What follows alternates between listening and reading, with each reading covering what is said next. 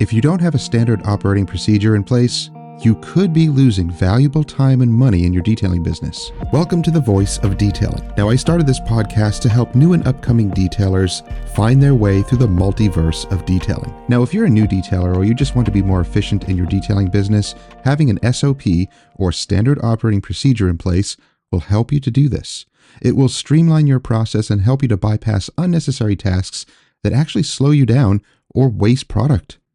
These podcasts are tailored toward the smaller detailing businesses like ours. Now, over the past 15 years of running a detailing business, we've come to realize that many new and upcoming detailers are frustrated when it comes to what they need to do first when they're tackling a detail. Many detailers just follow what they see on YouTube or social media, but having a standard operating procedure for your own business will help far more than just copying what other people do. Now, I'm going to refer to a standard operating procedure as SOP for the rest of this discussion. An SOP can either be a mental outline or, even better, a formal written document. The benefits to having it written down will help you to remember each point, and if you have employees, it will ensure that they follow it properly. Now, an SOP is not a rule book.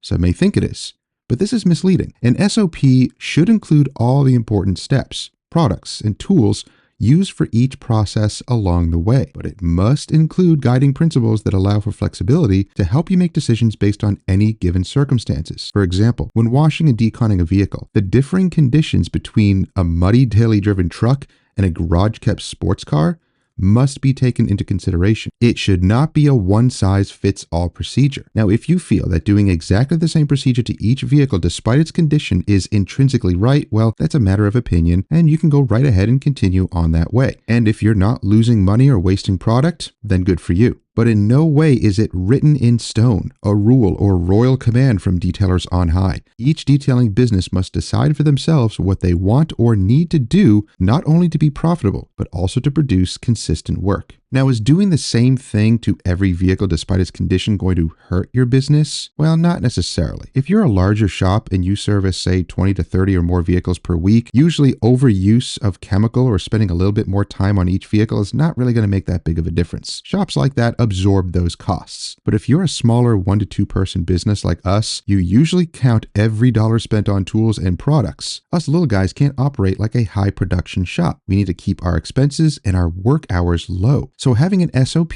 that includes flexible options will help you tremendously. So what should your SOP include? Your SOP should include basic things like where to start first on certain vehicles or with certain detailing services, what tools and products you should have, and what ratios your chemicals need to be mixed at for each service and in each step along the way. You basically list your entire process step by step with each tool or chemical in process used. Now, your SOP should also include flexible options. What do I mean? Well, what if 2 different vehicles come in for the same exact service, whatever your full detailing service is? One is a huge muddy truck full of dog hair, and the other is a 2-door coupe, brand new, literally 3 crumbs on the front carpet. Both customers want the same service after you've had a discussion with them and you've finalized your prices. Now, will you have the same exact SOP for both vehicles? Well, let's go through this logically and use some principles for both examples. Now, the truck is obviously an extreme case. It will take longer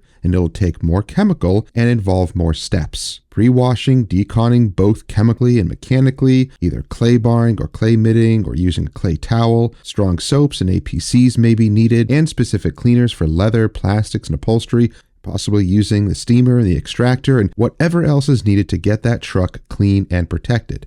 Now, how about that brand new 2-door coupe? Will it need as much cleaning? Will it use up the same amount of chemicals? Will you need to steam or extract all the carpets or upholstery if it has it? Will it take you the same amount of time to complete? Now, if you feel that you should be doing the same exact process for each vehicle, I guess that's your prerogative. But does it make sense to do the same thing for each vehicle? Is that being efficient or productive? You're going to have to figure that out for yourself, but I think you know the answer. So having an SOP with flexible options will help you to determine what needs to be done each time you encounter those situations. Each vehicle will differ slightly, and each customer will have varying needs, wants, and expectations. So if it's an extremely dirty vehicle, well, you're going to have a specific SOP for that type of vehicle. If it's a brand new vehicle that really isn't that bad, but it comes in for the same service, well, you need an SOP for that particular situation. That way you're being productive and efficient for each of those different circumstances. Having just one SOP